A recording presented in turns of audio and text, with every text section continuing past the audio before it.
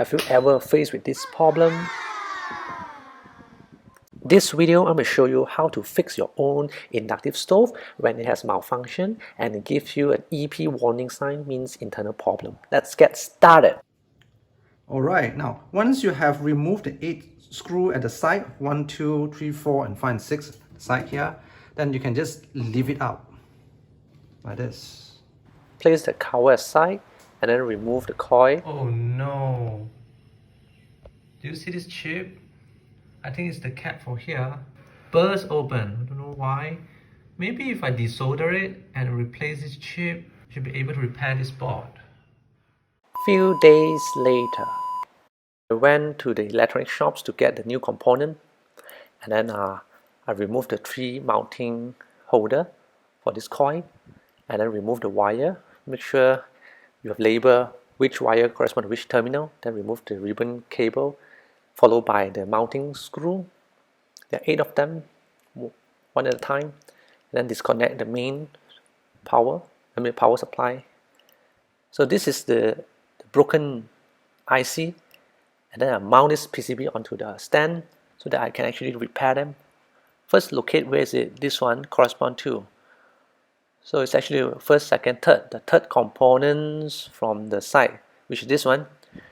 Now I will use a soldering paste to apply onto the inner side of the leg that I need to remove.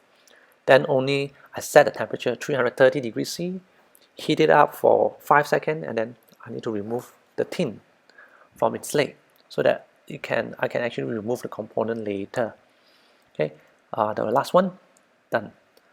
Then I need to pry it out from separate from the PCB board. Yeah, this is a broken component. Now you look at it carefully. The IC chip will have a notch at one side. Yeah, so it faces this side.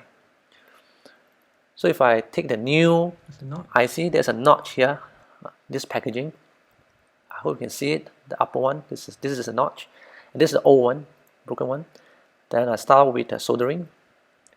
I don't solder at the same spot so that the heat won't gather and will spoil the chip. So I start with each corner, outer corner, followed by the one at the other side. Okay. Then I'll use a contact cleaner to clean the surface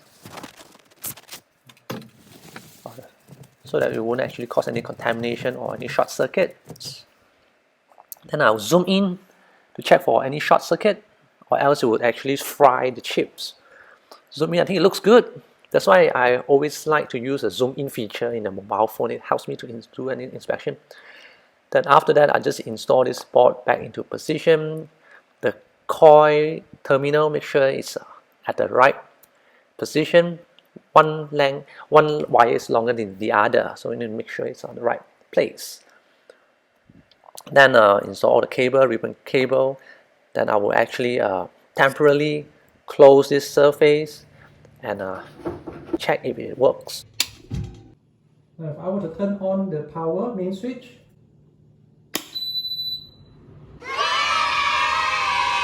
there's no more internal error EP shown here. So there are 2 standby mode now. So if I were to press on the power, yes, working. The cooling fan, this side. Oh, it's working now. The next means, so here the thermal paste is actually hardened or perhaps came off already. I'm going to add some thermal paste into here, but not directly into here. First, I would actually dismantle it, clean it, then only I'll apply some thermal paste. Now to do anything, to get started off with, I will first take a picture of how does it look like. Okay, take a picture, high resolution picture, so that I know the wire connection. Say for example, the first one is the inlet one, and then the output is here. And also the wire arrangement. It's always good to take a picture of how does it look like. Okay, then, right, so I've unplugged the cooling fan earlier, and then, okay, and then last one, okay, this rubber boost. The next, I'll use some contact cleaner You do not need to do this on a regular basis. Probably you're going to apply it once every time you change the Viper12A. We'll let the wire go through the hole, followed by the sensor. And you're going to make sure all the wire is plugged in back. There are actually 1, 2, 3, which is the cooling fan. All 3 holders at the side. So many people are not aware of these maintenance steps they need to perform. Remove the nozzle and try to inject small quantity at the center to cover the surface, maybe to cover the component, the stain from earlier. So I'm going to use contact cleaner. This one I can spray directly onto it.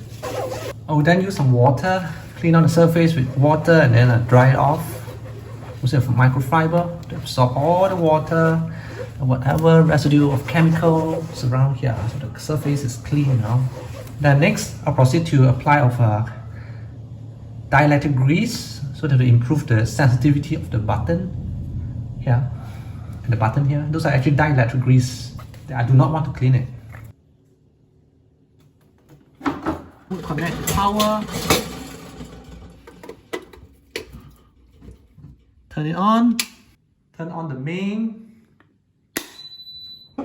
Switch off now.